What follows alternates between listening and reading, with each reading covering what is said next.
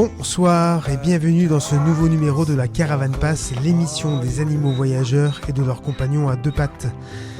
Ce soir, la caravane d'Allo la planète traverse l'Atlantique pour aller à la rencontre de Paul et Justine, partis en septembre dernier pour relier l'Argentine au Pérou, en passant par la Bolivie. 5000 km avec 3 chevaux et un chien. Durant 1 heure, la chevauchée andine nous emmène à la découverte de l'âme des Andes, au rythme des autochtones et des chevaux pour comprendre le rapport à la terre des communautés, de leur culture et de leur vision unique du temps.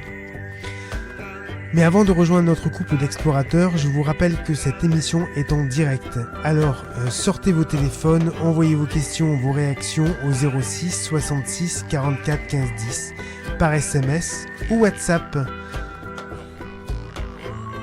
Bonsoir à tous les deux, bienvenue dans cette émission. Bonsoir. Bonsoir Stéphane. Vous allez bien ? Très bien, merci. On a très chaud, mais on va très bien également. Vous êtes où ce soir ? Et il est quelle heure là où vous vous trouvez ? Là, il est 17h et on se trouve dans la province de San Juan, qui est dans la moitié nord, on va dire, de l'Argentine.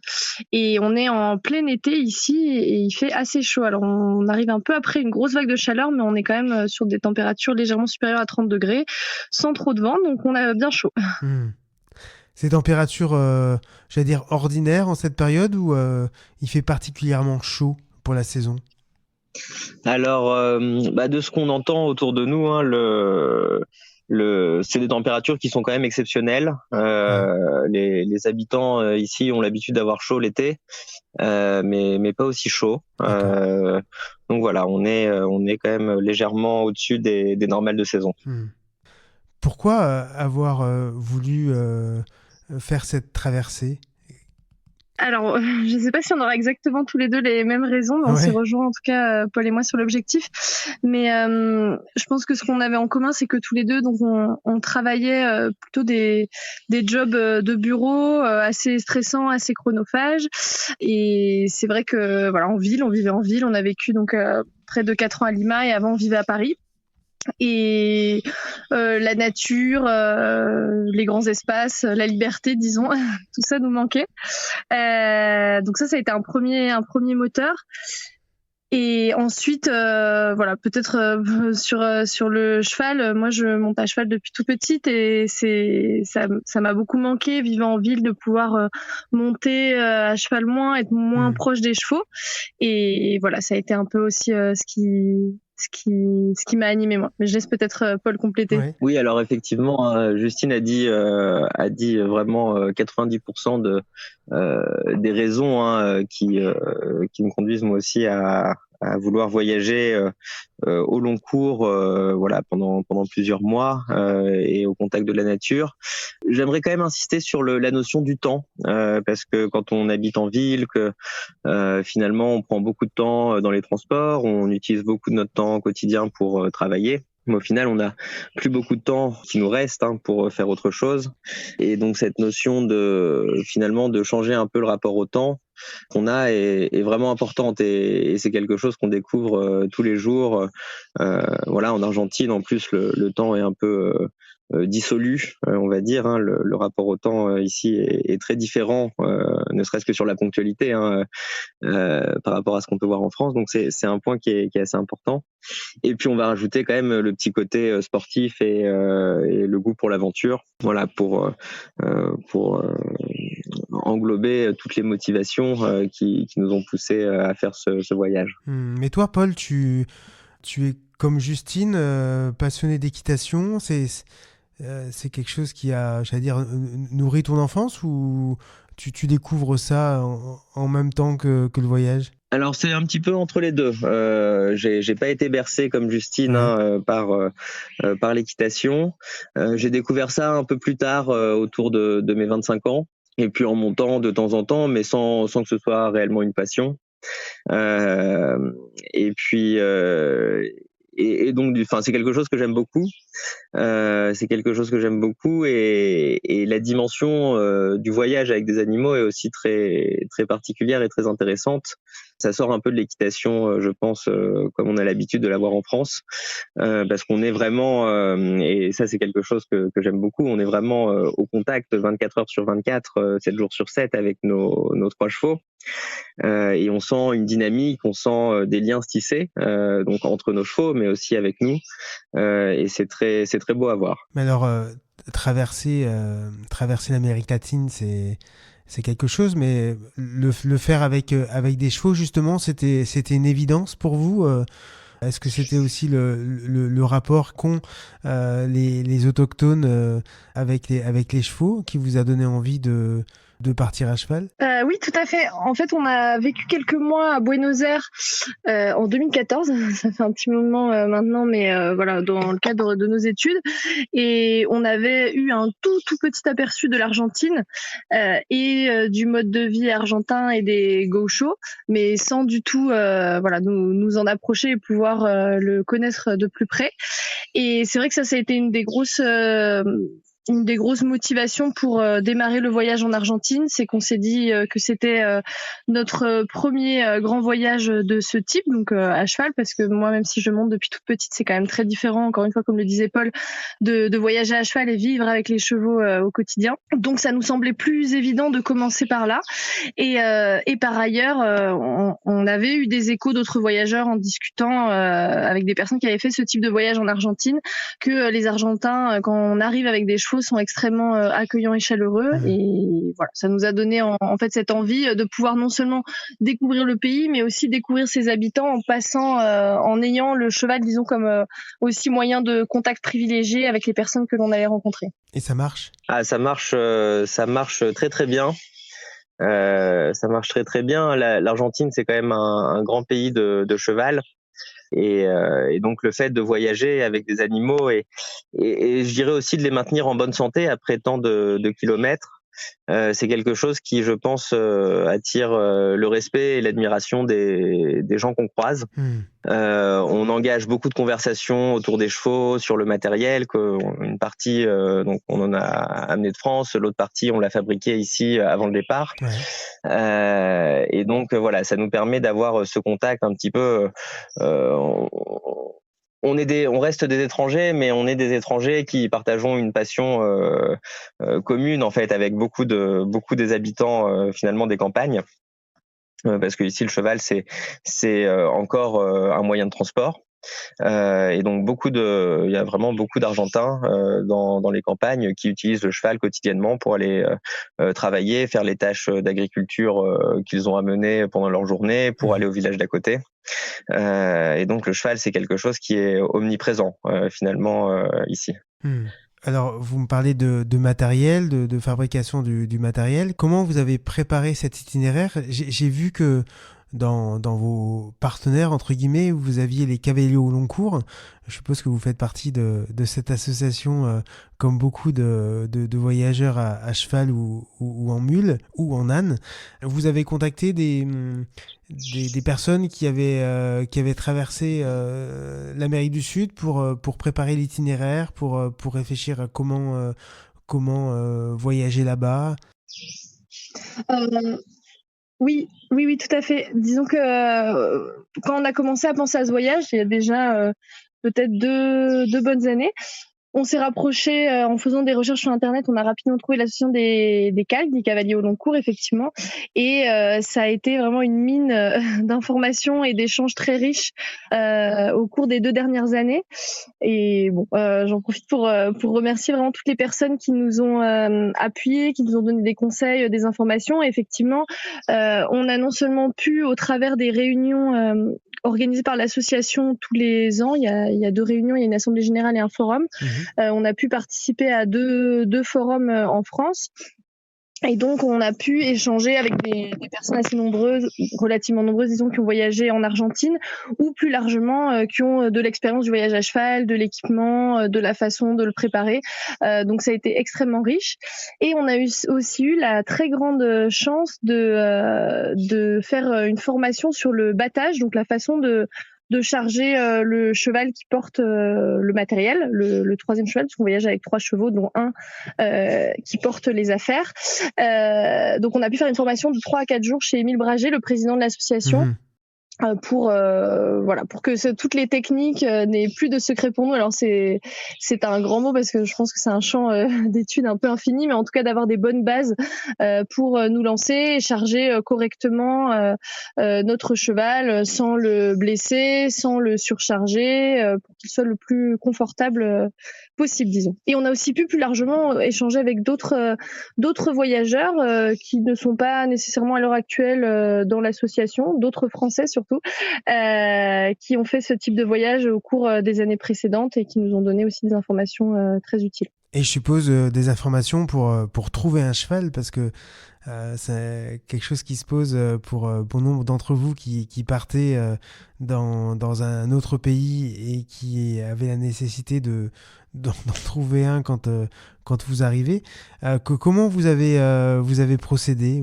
On vous a donné l'adresse d'un marché, d'un marchand, comment ça s'est fait? Alors, juste avant de répondre à la question, j'aimerais finalement revenir un petit peu sur l'itinéraire. Parce que donc malgré tous ces contacts, donc nous on avait tracé un itinéraire grâce à Google Maps, en essayant de voir finalement les zones où on trouverait des bonnes conditions pour voyager avec des chevaux, tout en pouvant atteindre notre objectif, de remonter finalement vers le nord. De l'Argentine, puis la Bolivie et le Pérou. Et sur le terrain, en fait, on se rend compte que ce qu'on a fait sur du papier chez soi, ça a plus beaucoup de valeur. Et donc l'itinéraire, donc même si on le suit globalement, puisqu'on remonte du sud vers le nord, l'itinéraire on le trace finalement au jour le jour, en se basant énormément sur les informations que nous donnent les gens sur place, parce que ce sont ces gens-là qui connaissent les petits chemins, qui vont nous dire comment éviter une grosse route, qui vont nous dire là où il y a un point d'eau où on peut camper avec les chevaux pour une nuit et comment suivre après. Et donc ça c'est vraiment un point très important, c'est l'information qu'on arrive à glaner localement. En fait elle est bien plus précieuse que celle qu'on peut voir sur des photos satellites. Et du coup l'itinéraire que vous êtes en train de faire, il est plus long, plus court, c'est équivalent, enfin comment, plus montagneux? Alors sur l'itinéraire, oui effectivement. Donc on a finalement passé fait plus de kilomètres finalement que prévu pour arriver au point où on en est actuellement. Tout simplement parce que justement, comme le disait Paul, au fil des rencontres et des échanges que l'on a eus, on a eu envie aussi de se faire plaisir et parfois de faire des détours pour passer par des endroits qui nous semblaient valoir la peine. Et c'est vrai qu'on s'est découvert quand même. On aimait beaucoup les Andes, donc on avait vécu au Pérou, on avait un petit peu randonné dans les Andes, mais c'est vrai que là de les découvrir dans des zones tout à fait vierges de toute activité touristique dans la plupart des cas, ça nous a donné envie de prendre notre temps, de parfois faire des tours et des détours dans les montagnes, parfois faire des détours de 100 ou 150 km simplement pour le plaisir de voir des endroits qui nous semblaient beaux ou pour éviter des routes tout simplement. Et donc on s'est retrouvés dans des endroits superbes, mais on a par contre effectivement passé plus de temps que prévu là à remonter l'Argentine. Ça, c'est certain. Donc on avait plus de kilomètres en effet que prévu, mais ça en valait vraiment la peine.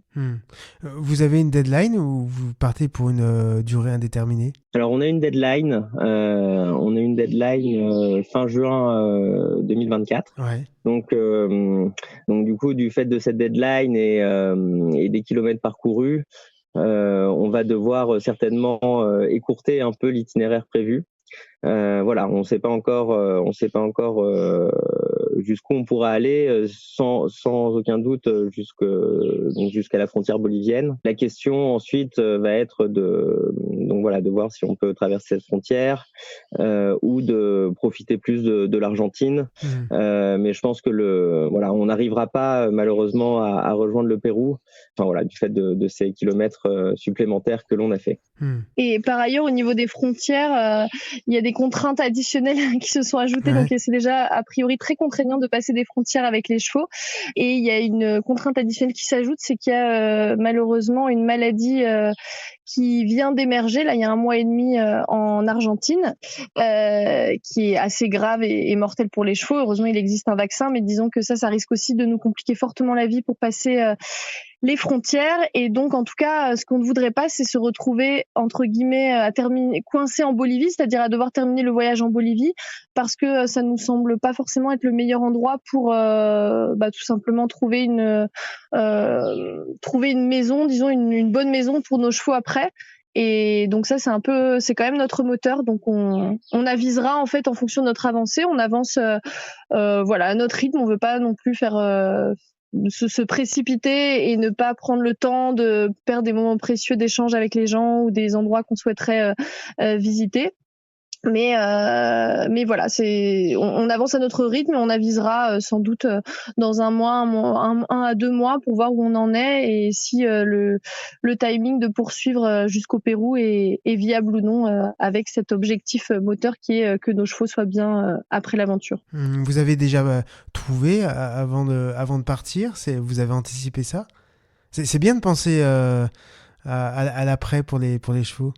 Oui, tout à fait. Alors ça a toujours été présent dans notre esprit parce que les chevaux, on les conçoit comme des compagnons de voyage à part entière, au même titre que notre chien. Alors notre chien, c'est plus facile de l'emmener avec nous. C'est pas possible de ramener les chevaux en France pour plein de raisons, tant financières que logistiques. Donc depuis le début, on a ça à l'esprit. On avait pris quelques contacts au Pérou, l'objectif étant de terminer au Pérou. On avait pris quelques contacts dans la région de Cusco, dans la vallée sacrée, donc une région des Andes où il y a quand même relativement des pâturages et de l'eau par rapport à d'autres régions beaucoup plus arides ou moins adaptées pour les chevaux au Pérou.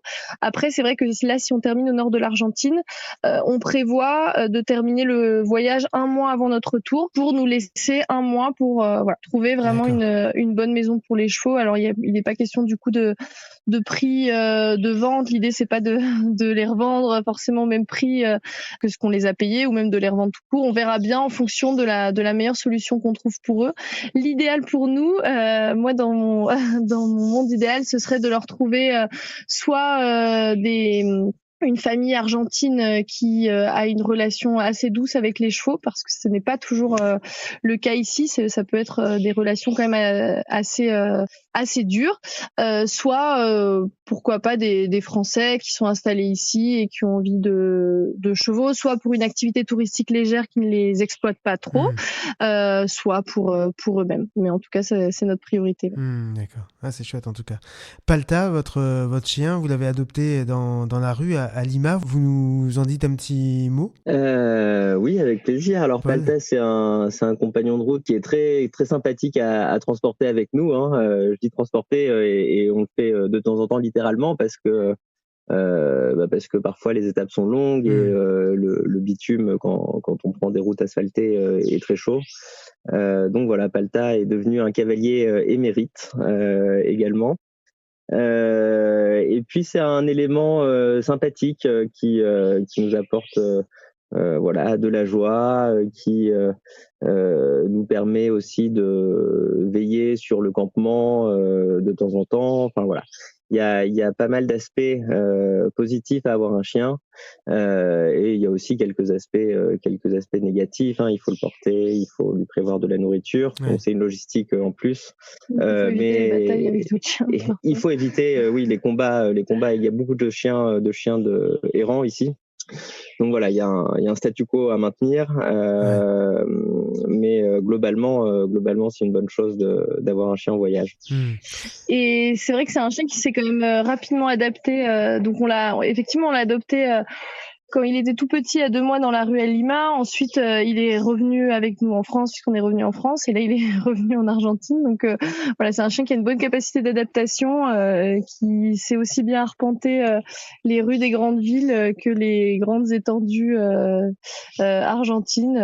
Il s'est quand même très très bien adapté au voyage. La seule chose vraiment dont il peut souffrir, comme le disait Paul, ça peut être la chaleur en ce moment. Mais bon, on fait le maximum pour le ménager et qui n'en souffre pas trop quand même. Et alors les croquettes, on en trouve en Argentine ou vous avez trouvé un plan B pour le chien? Eh bien, finalement, on amène assez peu de croquettes. On lui fait à manger un peu comme nous. Alors, quand je dis comme nous, pas tout à fait comme nous, mais c'est-à-dire que quand on cuisine pour nous, nos repas sont assez monotones. Alors, on n'est pas forcément très très innovants ou créatifs sur la cuisine le soir. Ouais. Souvent, on mange du riz, des pâtes ou de la polenta. Ça varie un peu autour de ces 3 plats-là.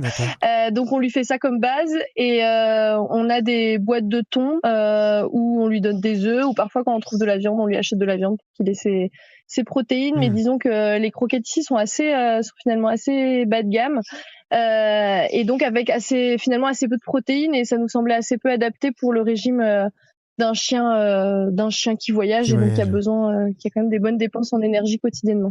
Alors les chevaux, comment s'est passée la rencontre avec eux, comment vous les avez trouvés, où les avez-vous trouvés, et est-ce que ça a été compliqué de trouver des chevaux qui étaient, j'allais dire, aguerris, ou en tout cas qui pouvaient faire cette longue traversée? Alors, d'où on est parti, donc de Bariloche, donc qui se trouve, c'est une ville assez grande, qui se trouve au milieu de la Patagonie, on va dire Argentine, du côté des Andes, mais donc pas non plus à l'extrême sud du pays. C'était assez difficile de trouver des chevaux pour plusieurs raisons. Premièrement, parce que on sortait de l'hiver à ce moment-là, et donc on a vu beaucoup de chevaux très maigres, puisque en hiver ici il y a beaucoup de chevaux qui sont lâchés finalement dans la nature et qui passent l'hiver en se débrouillant un peu comme ils peuvent. Et donc les propriétaires vont les récupérer donc à la fin de l'hiver, et donc là avec l'été qui arrive, ils ont plus de pâturage et ils reprennent une meilleure forme. Mais donc pour nous, finalement, avoir des chevaux très maigres avant de commencer un voyage, c'était quelque chose qui ne fonctionnait pas. Et donc ça a été une première difficulté. Et puis la deuxième difficulté, ça a été que Bariloche étant une zone relativement touristique, les gens qui ont des bons chevaux les gardent pour eux. Et donc ces chevaux-là ne sont pas à vendre. Et heureusement, on a pu compter donc sur l'aide de Gustavo Giai, un Argentin qui a une expérience assez forte de voyage à cheval, qui habite à Bariloche, qui a aussi un lien avec la France, et donc par des contacts français, on est entré en relation avec cette personne-là. Et donc par son contact, on a pu finalement entrer un petit peu plus profondément dans le monde des gauchos et parvenir à trouver des chevaux. Mais réunir notre équipe, ça nous a pris 1 mois et demi, un bon mois et demi, plus 2-3 semaines en plus avant le départ, le temps de travailler avec eux, de les habituer au matériel qu'on utilise, au bar.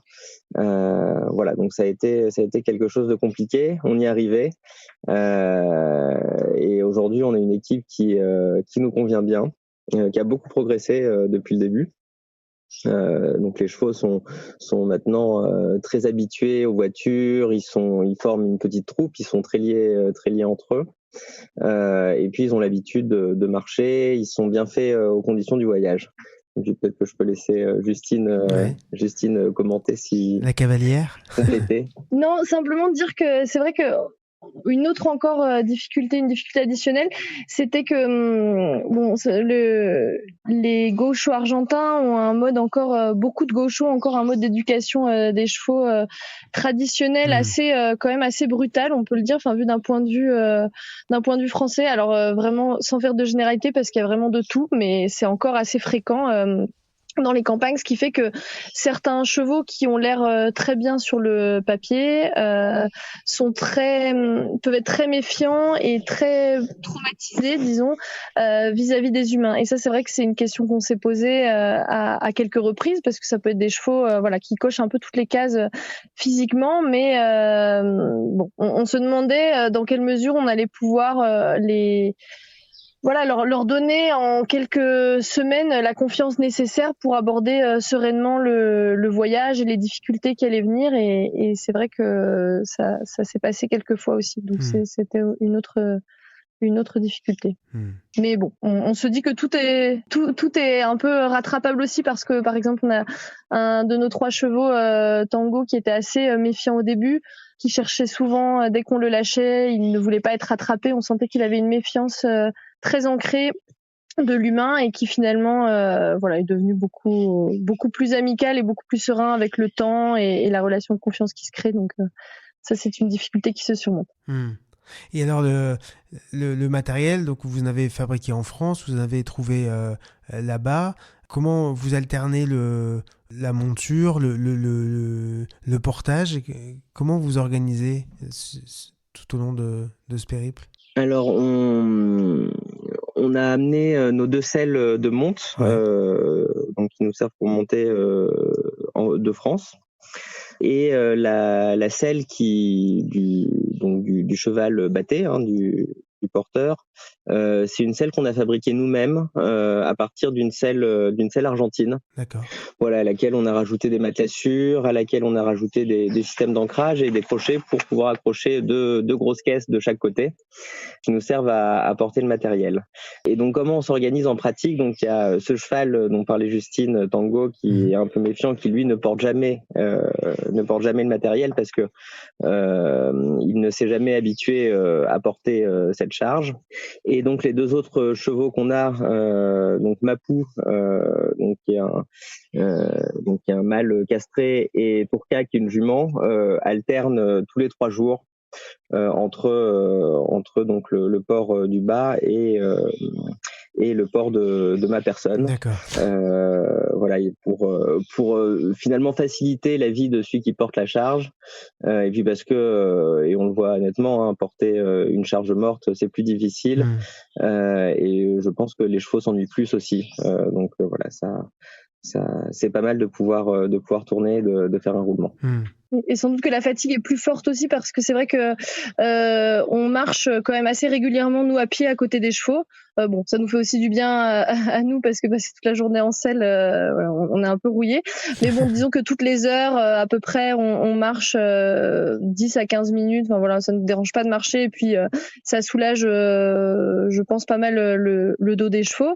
Mais c'est vrai que malheureusement, on peut pas faire ça pour le cheval de bas qui, lui, a sa charge en permanence, et pour ça échanger régulièrement, c'est aussi, ça permet peut-être de limiter la fatigue du cheval qui porte le bas. D'accord. On va faire une petite pause musicale. Vous avez choisi d'écouter Danit, Cuatro Vientos. Pourquoi ce titre? Alors j'aime beaucoup cette chanson parce que quand on préparait le voyage, disons et qu'on se projetait dans ce voyage, moi elle m'a beaucoup inspirée, elle accompagnait mon envie de voyage. Je trouve que c'est une chanson assez évocatrice de la liberté et à la fois du côté un peu dur aussi peut-être que peut avoir le voyage en pleine nature comme ça, et à la fois la beauté, la force de la nature et sa dureté aussi, et elle donne envie de partir, je trouve. Eh bien, on va l'écouter tout de suite. Merci à tous les deux et on se retrouve juste après. Viento que viene de la montaña, viento, tráenos la claridad, viento que viene de la montaña, viento, tráenos la claridad.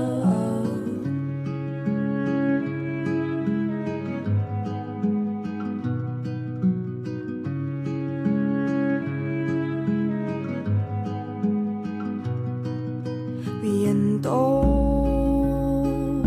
que viene del mar, viento, tráenos la libertad, viento que viene del mar, viento, tráenos la libertad. Vuela, vuela, vuela, vuela, vuela, vuela, vuela, volar.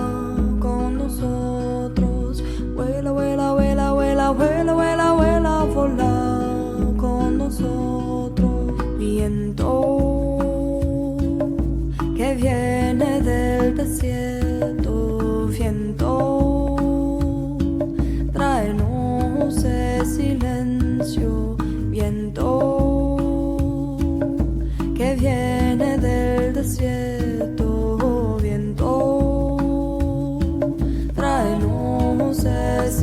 silencio. Vuela, vuela, vuela, vuela, vuela, vuela, vuela, vola con nosotros. Vuela, vuela, vuela, vuela, vuela, vuela, vuela, vola con nosotros. Viento que viene de la selva, viento, tráenos la memoria, viento que viene de la selva, viento, tráenos la memoria. Vuela, vuela, vuela, vuela, vuela, vuela, vuela, vola con nosotros. Vuela, vuela, vuela, vuela, vuela, vuela, vuela, vola con nosotros. Vuela, vuela, vuela, vuela, vuela, vuela, vuela, vola con nosotros. Vuela, vuela, vuela, vuela, vuela, vuela, vuela, vola con nosotros.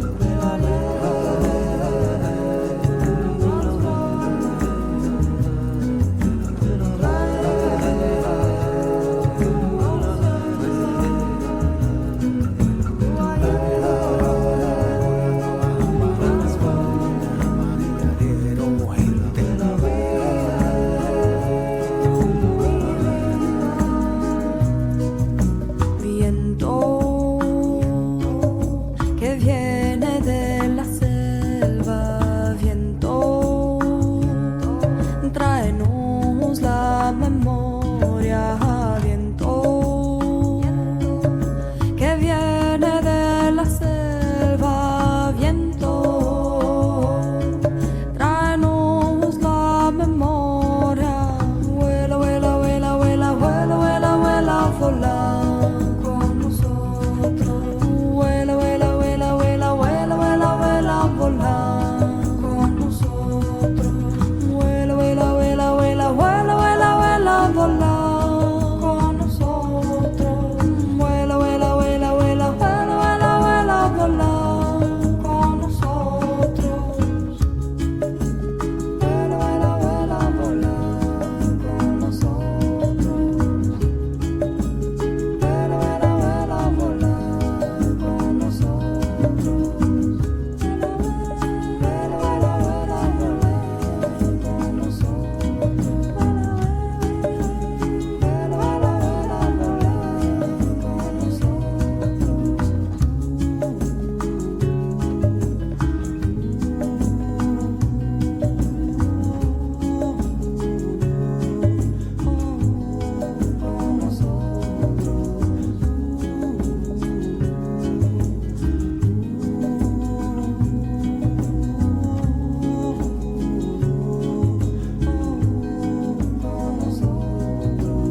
Vous êtes toujours sur Radio La Planète dans l'émission La Caravane Passe. Ce soir, je reçois Justine et Paul qui traversent actuellement l'Argentine avec 3 chevaux. et un chien. Alors, vous aviez pour objectif de rencontrer la population, hein, c'était ça qui vous animait. Comment ça se passe? C'est facile d'aller à la rencontre des autochtones? Oui, c'est facile. C'est relativement facile dans la mesure où bien souvent on a besoin de l'aide donc de ces autochtones, hein, de ces personnes-là. Et donc les rencontres, elles sont souvent de notre côté motivées par ce biais-là. Parce qu'on se met en voyageant à cheval volontairement dans cette situation. Et donc notamment parce qu'on a besoin d'un endroit où les chevaux puissent se reposer convenablement pendant la nuit, et donc avec un accès à de l'eau et du fourrage. D'accord. Et du coup, c'est vrai que on a, en fait, ces rencontres, bon, parfois on les provoque, comme disait Paul, en allant voir les gens. Et parfois, il y a aussi des gens qui, spontanément, il y a aussi plein de petites choses spontanées, des gens qui, ça nous arrivait plusieurs fois dans des zones où il faisait assez chaud, quand on est sur le long de route, de gens qui s'arrêtent pour nous donner une bouteille d'eau ou parfois de la nourriture, un paquet de gâteaux, des choses comme ça. Et sinon, c'est vrai que quand on va voir les gens, souvent je trouve qu'ils sont ils peuvent être un peu surpris au départ. Souvent, ça nous est quasiment jamais arrivé, peut-être 2 fois dans le voyage, mais dans des estancias assez grandes, donc des espèces de très grandes fermes de plusieurs dizaines de milliers d'hectares, où ce ne sont pas les propriétaires, mais plutôt des responsables qui administrent la ferme, qui sont présents, qui nous ont refusé l'accueil. Mais sinon, ça a été vraiment 2 cas exceptionnels dans toutes les nuits de bivouac qu'on a fait. On a toujours été reçus, et puis petit à petit, on se rend compte que très rapidement, les gens s'ouvrent. On a l'occasion souvent de partager un maté avec eux, parce que les Argentins sont adeptes du maté, donc cette espèce d'infusion qu'ils prennent dans ce qu'ils appellent une bombicha, avec une bombicha, et donc c'est dans un petit pot en bois ou en fer qui tourne entre tous les participants. Et c'est très propice à l'échange et à la discussion. Et voilà, et très souvent, les gens qui ont accepté d'un air un peu surpris qu'on reste une nuit chez eux, ça arrive vraiment extrêmement fréquemment qu'après ils insistent parfois de façon très très insistante, justement, pour qu'on reste plus longtemps chez eux, parce que finalement ils sont contents d'avoir des gens étrangers avec lesquels échanger autour du cheval, autour de la vie en France, des problèmes économiques de l'Argentine. C'est un sujet qui revient très souvent aussi. Voilà, c'est assez frappant. Et ce qui est aussi, je trouve, très fort, c'est qu'on est accueillis par des gens extrêmement divers. Donc un soir, on va se retrouver avec des gens qui sont dans une toute petite ferme perdue, avec finalement très très peu de moyens, et qui vont nous accueillir de façon extrêmement chaleureuse. Et le jour suivant, on va être dans une estancia beaucoup plus, avec des gens qui ont des revenus beaucoup plus importants, mais qui vont nous accueillir avec la même chaleur finalement, malgré les différences, on va dire, de classe sociale, d'intérêt, de motivation. Et on reçoit aussi des cadeaux. Alors des cadeaux plus ou moins pratiques ou encombrants. Donc on reçoit des cadeaux très sympas. On a reçu une espèce d'outre faite en pneus de voiture et entourée de jeans. Donc ça, c'était pratique pour traverser une zone très aride. C'était très bien.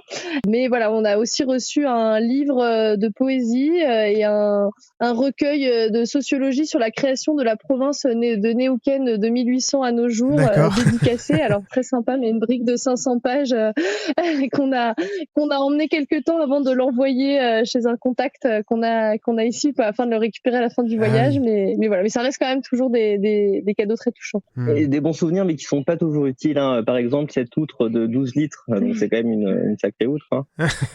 Finalement, on l'a jamais utilisée parce que la personne qui nous l'a donnée avait dû mettre une sorte d'alcool un peu frelaté dedans avant, et donc on n'a jamais réussi à la nettoyer, malheureusement.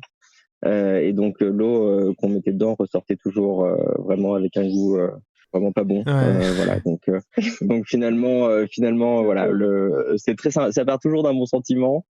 Mais c'est pas toujours utile pour nous. Mais bon, on passe de bons moments avec ça, et puis c'est quand même une preuve de la bonté des gens, ce qui fait chaud au cœur. Et puis il y a aussi quelque chose, c'est vrai que moi, la question que que je me pose aussi, c'est comment après remercier ces personnes-là, parce que c'est vrai que donc très souvent on est accueillis de façon extrêmement chaleureuse. Les gens très souvent nous invitent à partager les repas avec eux, ils nous invitent vraiment chez eux. Donc nous en retour on essaie quand on reste un peu, quand on a un peu de temps chez les gens, de cuisiner, de faire des crêpes, des choses françaises un peu pour les remercier. Mais c'est vrai que voilà, eux ils nous offrent quelque chose qui est extrêmement précieux pour nous, un hébergement. Souvent ils nous offrent du fourrage ou de l'avoine pour les chevaux. Ils refusent absolument qu'on les paye. Ils nous offrent parfois des cadeaux, et sachant que c'est des personnes qui n'ont pas toujours énormément de moyens. Donc c'est vrai que nous on est dans une position où voilà, c'est un peu difficile de pouvoir les remercier à la hauteur de ce que eux nous offrent. Alors on est encore en train de réfléchir sur ce sujet-là. On essaie de prendre toutes les adresses postales pour après pouvoir, à la fin du voyage, avant de quitter l'Argentine, leur envoyer à minima une carte ou un petit cadeau. Mais bon, même ça peut être compliqué parce que il y a des gens qui connaissent pas du tout leur adresse postale parce qu'ils reçoivent jamais de courrier. Donc voilà, c'est pas toujours évident, mais on est encore en réflexion en tout cas là-dessus. Le facteur ne passerait pas partout. A priori, oui, c'est ce qu'on comprend. Et puis, vous nous disiez en début d'émission que les chevaux faisaient beaucoup dans les rencontres. Ce que je comprends, c'est que en France, comme ailleurs, ce sont des passeports, et peut-être surtout en Argentine. Vous dormez aussi en bivouac, à la Belle Étoile, ça vous arrive, ou vous cherchez systématiquement l'accueil des gens? Alors c'est assez équivalent, je pense, entre les nuits de bivouac et les nuits chez l'habitant. Et ça dépend vraiment du lieu où on est, parce qu'on a en gros une autonomie de 8 jours, d'une grosse semaine, quand on part chargé à bloc avec nos 2 caisses, tout notre matériel, et on a déjà fait des portions de route, voilà, pendant une semaine on a croisé personne, et on faisait des bivouacs tous les jours. En Patagonie, hein, où on a vraiment des grands espaces, des distances immenses, sans ville, sans route, juste avec entre soi et la nature. Et par contre, quand on est dans une ville ou dans un village, là c'est plus difficile de trouver un endroit adéquat pour camper. Et donc là, on va rechercher effectivement un hébergement chez quelqu'un qui nous prête un bout de son champ, ou une grange, ou ce qu'il a sous la main en fait, toujours à partir du moment où les chevaux ont des bonnes conditions. Et donc ça c'est très important. On peut refuser un hébergement si jamais les chevaux seront pas bien, parce que les chevaux sont les animaux qui nous portent, et donc c'est la priorité. Mais donc voilà, en fonction de là où on va chercher plutôt l'un ou plutôt l'autre. D'accord. Et pour rebondir là-dessus, c'est vrai qu'on a eu aussi des très très beaux moments, même la veille de Noël ou au moment du Nouvel An. Bon, au moment du Nouvel An, la veille de Noël, où on était vraiment en pleine nature, à 2500 mètres, un lieu de bivouac incroyable dans les Andes, près d'une petite rivière, avec une petite vega, c'est-à-dire une petite prairie alimentée justement par l'eau d'une source qui faisait de l'herbe bien verte pour les chevaux. Et on peut aussi avoir des moments en pleine nature assez exceptionnels. Donc on essaie un peu d'équilibrer les deux, parce qu'on aime bien aussi parfois pouvoir se retrouver juste dans notre petite équipe, entre nous, avec les chevaux. Parce qu'il y a un autre sujet aussi avec l'hospitalité, c'est que les Argentins aiment bien se coucher très très tard et manger très très tard. Et c'est vrai que là, dans des zones où il fait très chaud, comme actuellement, on essaie dans la mesure du possible de partir tôt pour éviter les grosses chaleurs. Et c'est quand même très compliqué quand on mange à 23h ou minuit chez les personnes, mais qui nous invitent, ou avec lesquelles on passe des très bons moments. Mais disons que voilà, après pour nous c'est un peu compliqué en termes de notre logistique et de nos nécessités d'avancer dans des bonnes conditions aussi. Et puis vous êtes aussi parti à la rencontre de la nature, pas que de l'homme. Absolument. Qui des deux veut m'en parler, Paul peut-être, ou... Oui. Alors il y a des très beaux endroits qu'on a vus, et notamment au nord de la région de Neuquén, des endroits où finalement la route avait été emportée par le fleuve, et donc ces endroits où on pouvait s'y rendre qu'à pied ou à cheval. Et donc a fortiori plus à cheval qu'à pied, parce que on arrive à aller voir des lacs d'altitude ou des sommets finalement en faisant pas mal de kilomètres. Et donc là, c'est des moments où donc voilà, on marche donc de longues heures dans la nature, on voit beaucoup la faune et la flore. Donc avec les chevaux, en plus, ça masque un petit peu l'odeur humaine, on va dire, et notre présence. Donc moi, je pense que les animaux se dévoilent plus. Ouais. Et donc c'est très beau finalement d'être voilà, de pouvoir être tous les six vraiment seuls dans ces paysages qui sont immenses et majestueux. Voilà, et donc ça, c'est quelque chose qui, voilà, je pense que mes mots ne suffisent pas à décrire l'incroyable beauté de tout ça. Justine, Et oui. je rajouterais qu'on voit à la fois la beauté de la nature, mais aussi un peu sa dureté, parce qu'on a été aussi confronté plutôt au début du voyage, mais à des tempêtes de neige, donc des moments quand même voilà, assez durs physiquement pour nous, mais aussi pour les chevaux. On a eu un moment aussi assez compliqué, on a dû traverser... On a fait le choix de traverser une cordillère pour redescendre en fait un peu plus vers la plaine. Et donc cette année en Argentine, il y a eu beaucoup en Patagonie, il y a eu beaucoup de pluie, beaucoup de neige. Il a fait assez froid, ce qui fait que la neige n'était pas tout à fait fondue, donc on a eu une traversée assez difficile d'une pampa d'une petite dizaine de kilomètres, vraiment avec des couches de neige et de glace assez épaisses, qui nous a une petite difficulté logistique avec les chevaux. Et sinon plus récemment, là on n'est plus du tout concerné par la neige, mais par contre dans la région dans laquelle on se trouve, le nord de Mendoza et là la région de San Juan, c'est une région très aride, mais avec des gros orages et des tempêtes assez violentes. Et donc il y a 3 ou 4 jours, on a eu un gros orage avec des énormes grêlons qui nous ont surpris en plein chemin. Et le lendemain, on a dû progresser dans une coulée de boue qui était descendue dans une ravine dans laquelle on était en train de redescendre, et donc avec de la boue parfois jusqu'aux genoux pour nous et les chevaux. Voilà, donc avec un sujet où on est obligé d'aller un peu en reconnaissance pour s'assurer que la boue ne soit pas trop profonde pour les chevaux, etc. Donc ça peut être aussi assez dur, mais c'est ce qui fait aussi la beauté du voyage. Tout à fait. Vous aviez envie d'aller découvrir des lieux archéologiques, des sites historiques. Vous avez pu le faire, ça, sur le début du périple, ou pas encore ? Alors pas vraiment. C'est vrai qu'on avait toute la partie sud de l'Argentine, la Patagonie, il y a assez peu finalement de sites qui ont une richesse archéologique et historique. Ouais. Et c'était plutôt les paysages. Et c'est vrai qu'on espère là, en remontant plutôt vers le nord, à partir plus ou moins de la région de Tucumán, enfin sur le nord de l'Argentine, Tucumán-Salta sur la fin. Et évidemment, si on parvient à aller en Bolivie, au Pérou, ce sera d'autant plus riche, de plus pouvoir profiter de cet aspect-là du voyage, parce que c'est vrai que on sent que la région de la Patagonie, etc., sont des régions quand même de peuplement assez récent, où la trace, en tout cas, de la présence des Indiens, n'est pas très vivace dans la culture. Et c'est vrai que là, on a vu pour la première fois on est passé à proximité de vestiges incas, et c'était le premier site historique qu'on apercevait en passant. Mais bon, on espère que plus on va remonter vers le nord, plus on aura l'occasion d'en profiter. J'aimerais quand même mesurer le propos de Justine. On a vu quelques pétroglyphes en Patagonie. Ok.